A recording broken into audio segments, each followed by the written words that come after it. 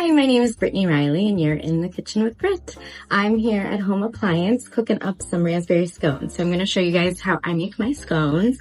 I have all of my dry ingredients and I kind of just gently mix them together with a whisk. That way we know they're totally incorporated.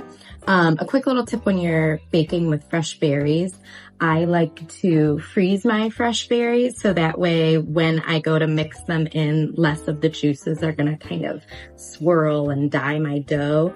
That's going to happen a little bit no matter what, especially with a raspberry, but I froze them ahead of time and less of that will happen at least. So we've got our dry ingredients. I have some eggs that we'll be adding in. I am tripling my recipe, so don't pay attention to my portions. I will put the recipe at the end.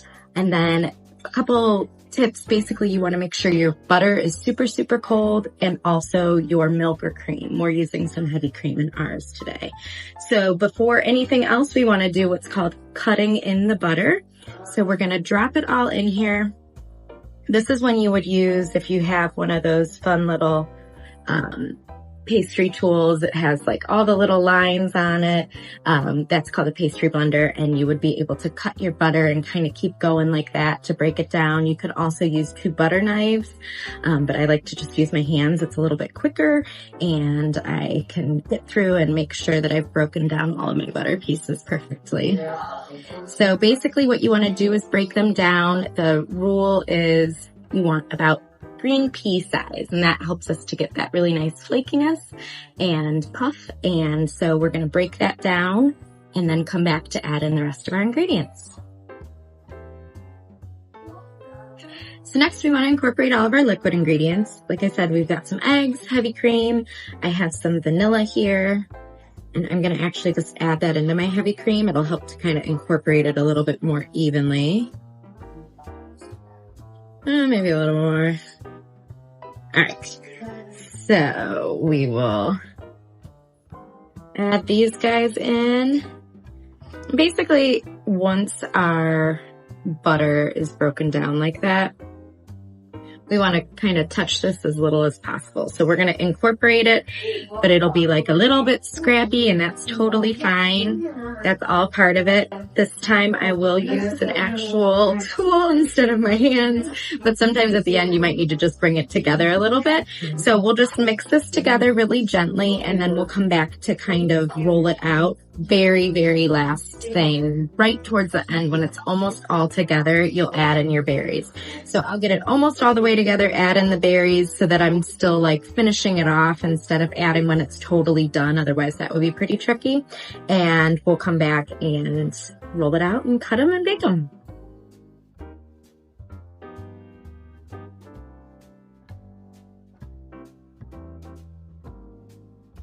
Well, I kept my berries out much too long to avoid the coloration, but I kind of love it, honestly.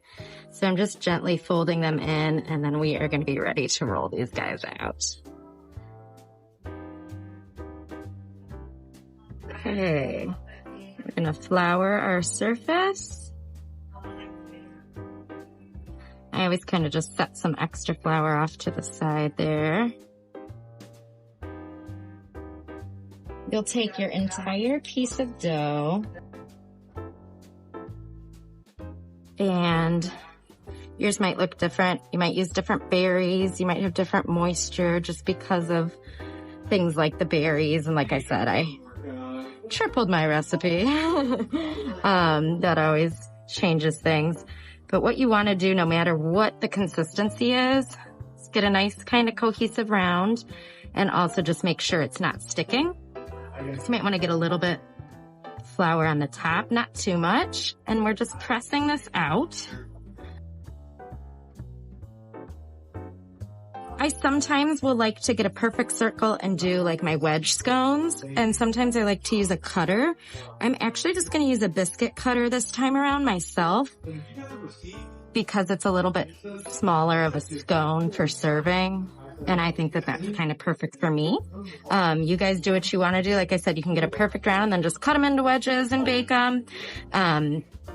You can brush them with a little extra heavy cream and sprinkle some turbinado sugar on the top if you want to, things like that. But you want to make sure about that thick so that you have a nice little scone going on. And then these are gonna bake at 375. And they're right about 15 minutes.